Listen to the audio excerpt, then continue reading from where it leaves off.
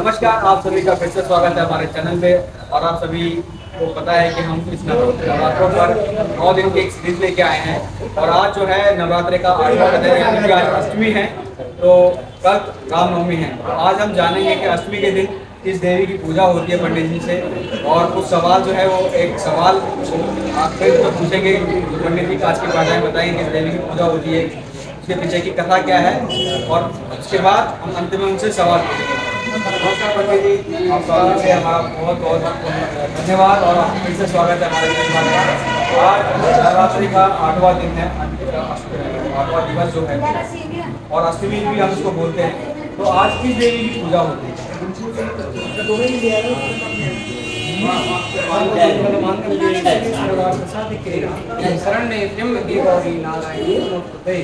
या देवी सर्वभूतेषु गौरी रूपेण संस्थिता नमस्तस्यै नमस्तस्यै नमस्तस्यै नमो नमः।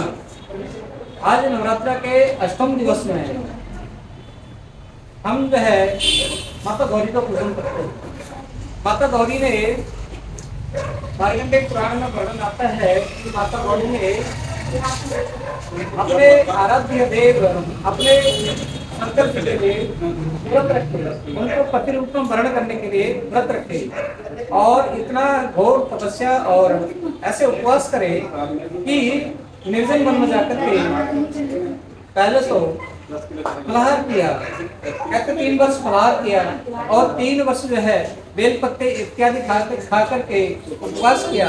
और उसके बाद जो है केवल जल ग्रहण किया, 3 वर्ष इस प्रकार किया। फिर केवल जो है ऐसे भी निराहार, तो फिर उसको कहा गया अपर्णा, तो पत्ते भी नहीं खाए, उसको अपर्णा कहा गया। इतना सुंदर घोर तपस्या करने के बाद शंकर जी ने सोचा देवी दुर्बल हो गई है, भगवान तो सर्वत्र विद्यमान है, सब देखते रहते हैं। तो देखा कि देवी बहुत ही प्रक्रिया दुर्बल हो गई है, तो अब उनके पास जाना चाहिए, कठोर तपस्या कर रही है। तो गए देवी के पास गए, पूछा देवी इतनी आराधना करते हो, क्या चाहती हो? बोले शंकर आपको चाहती हो, आप जो है आपके दर्शन होकर के मैं धन्य होगी। आप ये प्राण चाहे रहे ना रहे, लेकिन मैं जब तपस्या जो कर रही थी केवल आपके लिए कर रही थी। आज भगवान शंकर उससे प्रसन्न हो गए, गले से लगाया, आज जो है उसको लेकर के गंगा जी में स्नान कराया। बहुत वर्षों से न खाया न पिया न स्नान किया, केवल शिव धुन खड़ी थी, तो केवल शिवमय हो गई, मग्न हो गई। तो आज भगवान ने जो है गौरी माता को गंगा में स्नान कराया, तब से पहले कालीमा थी, अब गौर वर्ग थोड़ा सा सावली हो गई, तब से उसका नाम समय उनका जो रंग था वो ढल गया, काला पड़ गया। उसके बाद जब गंगा में स्नान किया, उसके बाद गौर वर्ग हो गया, सावली हो गई, तो तब उसका नाम गौरी पड़ा। और गौरी माता सभी जो है मनोरथों को सिद्ध करने वाली है। गौरी ही पार्वती माता का स्वरूप है। जो भी गौरी माता को पूजन करता है उनको सब प्रकार के मनोरथ उनके सिद्ध होते हैं। जिस कन्या का विवाह ना होगा हो तो गौरी माता का पूजन करे तो कहते हैं अवश्य उसको सुंदर वर की प्राप्ति होती है। ये गौरी माता की कथा है। गौरी माता की जो पूजा है वो सिर्फ कन्या करे या कोई बंदा अगर बिजनेस में या कोई अपनी जॉब में या उन्नति चाहता हो तो उनके लिए भी जो व्यापार में वृद्धि चाहे उसको भी माता को भजना पड़ेगा। और जो विद्या चाहता हो, बुद्धि चाहता हो या जो बल चाहता हो उसको भी करना चाहिए। बाकी सभी को जो है मनोवांछित फल, आपके मन में कोई भी संकल्प हो मेरा ये काम सिद्ध हो जाए, वो भी गौरी माता को पूजे भजें तो अवश्य ही सिद्धि की प्राप्ति होती है। माता गौरी का रूप का कैसा वर्णन है? माता गौरी 4 भुजाओं वाली, उसमें जो है एक हाथ में खड्ग पद्म और एक हाथ में जो है त्रिशूल लिए और एक हाथ अभय मुद्रा बनाए हुए भक्तों के कल्याण हेतु जो है अभय मुद्रा बना करके भक्तों का कल्याण करती है, दुष्ट का संहार करती है और सुख शांति प्रदान करती है। हम लोग नवरात्रि के बाद जैसे कोई लोग अष्टमी करते हैं, कोई रामनवमी करते हैं, हम लोग कन्या पूजन करते हैं। तो ये कन्या पूजन हम क्यों करते हैं, इसके पीछे वजह क्या है? आप मुझे बताइए, मैं भी जानना चाहता हूँ कि इसके पीछे क्या कहानी है। और व्यूअर्स को भी बताइए हमारे कि हम तो कन्या पूजन करते हैं तो किस लिए करते हैं? जो 9 शक्तियाँ हैं आप रोज भोग लगाते हैं, माता तो रोज स्वीकार करती है अदृश्य रूप में। अब मनुष्य जो है वो चाहता है साक्षात माता को भोजन कराओ। तो माता हमारे शास्त्रों में माता कहते हैं कि जो कुमारी है, जो कुमारी कन्या है, 8 वर्ष 11 वर्ष तक की जो कुमारियां हैं, उनको अगर आपने जो है साक्षात रूप में अगर भोजन करा दिया तो कहते हैं माता को स्वीकार हो जाता है। तो इसलिए हम जो है साकार रूप में कन्याओं का पूजन करके उनको देवी स्वरूप मान करके उनके चरण धोते हैं, तिलक लगाते हैं और उनको भोजन करा करके उनको दक्षिणा भी दे करके उनका आशीर्वाद हम ग्रहण करते हैं। और यही जो है 9 शक्तियों के रूप में साक्षात हम माता का पूजन करते हैं और ये करने से मनुष्य को मधुमाछी फल की प्राप्ति होती है। पंडित जी, जैसे हमने नवरात्रि के पूरे 9 व्रत रखने के बाद हमने अच्छे से व्रत रखे, कन्या पूजन भी हमने किया, अष्टमी को किया, रामनवमी किया, तो अंततः हमें पता कैसे चलेगा कि जो हमारी साधना थी, जो हमारी भक्ति थी, जो हमारी पूजा थी, वो माता तक पहुंची है और माता हमसे प्रसन्न है? उसका कैसे को हम चिन्हित कर पाए उसको? माता का हम पूजन करते हैं, भजन करते हैं, वंदन करते हैं। तो आप अगर साक्षात दर्शन करना चाहते हो तो कोई जयंती ये जो दो देख रहे हो ना, ये प्रत्येक दिन जो है 1-1 इंच जो है बढ़ता है। आज देखो, आज 8वां दिन है और 8 इंच से ऊपर आपको इनके दर्शन हो रहे हैं।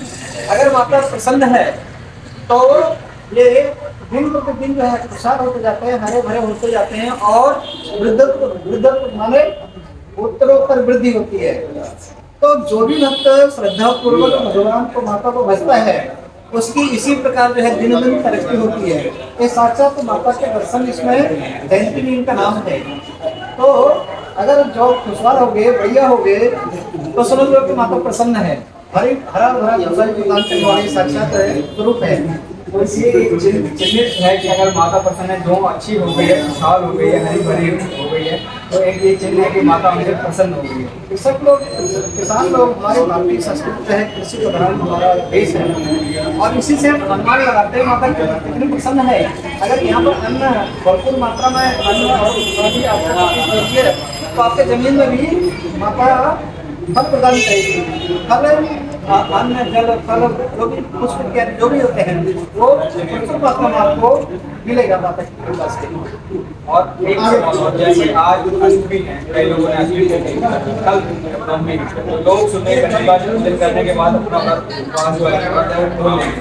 तो कल किस देवी की पूजा होती है? कल को हम शायद रिकॉर्ड ना कर पाए, तो आज अनुशासन में बता दीजिए 9वां दिन जो होता है, तो हम किस देवी की पूजा करने के बाद कन्याओं का पूजन करते हैं?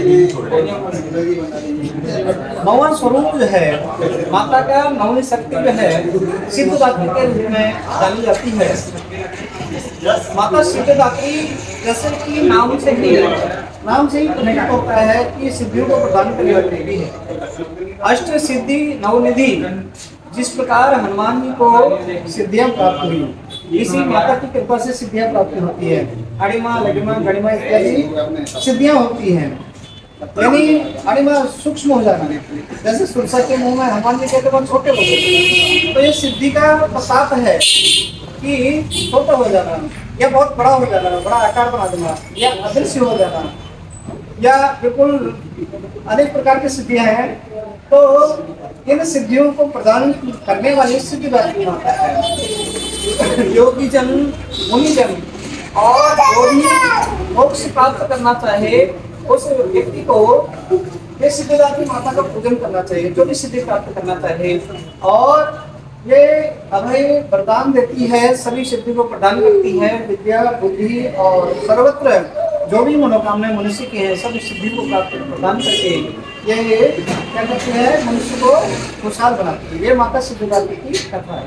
तो पंडित जी, बहुत बहुत धन्यवाद आपका कि आपने इस पूरे नवरात्रों में हमें अपना कीमती समय हमें दिया और हमें हर चीज़ के बारे में अच्छे से बताया, पूरे कथा के साथ हमें एक्सप्लेन किया कि किस दिन किस देवी की पूजा होती है, कथा होती है, वो माता का स्वरूप भी बताया और जो जो हमारे मन में प्रश्न थे वो उनका भी उत्तर आपने बहुत अच्छा सा दिया। तो आप सभी ने इस पूरे सीरीज को देखा, क्योंकि आज ये हमारा 8वां दिन है। तो पंडित जी ने 8वें दिन बता दिया कि किस दिन किस देवी की पूजा होती है। कल रामनवमी है, तो सुबह ही लोग अपनी कंजका पूजा करने के बाद अपना व्रत खोल लेते हैं, तो कल हम रिकॉर्ड नहीं कर पाएंगे। तो कल का दिन हमने आज ही पंडित जी से पूछ लेंगे, कल 9वें वाले दिन किस देवी की पूजा होती है। तो आशा करते हैं कि आपको ये हमारी पूरी सीरीज आपको बहुत पसंद आई होगी तो अगर आपको हमारी सीरीज पसंद आई तो प्लीज़ हमारे चैनल को आप लाइक शेयर सब्सक्राइब जरूर करें और बेल आइकन जरूर दबाएं ताकि आने वाली वीडियो की नोटिफिकेशन आपको मिलते रहे। अगर आपको हमारी सीरीज कैसे लगेगी तो आप कमेंट सेक्शन में ज़रूर बताएं और कोई सुझाव देना चाहें तो सुझाव भी दें ताकि हम अपनी वीडियोज़ को बहुत बेहतर करें। तो मिलते हैं हम आपको जल्दी नई वीडियो में, तब तक के लिए आप सभी को जय माता दी।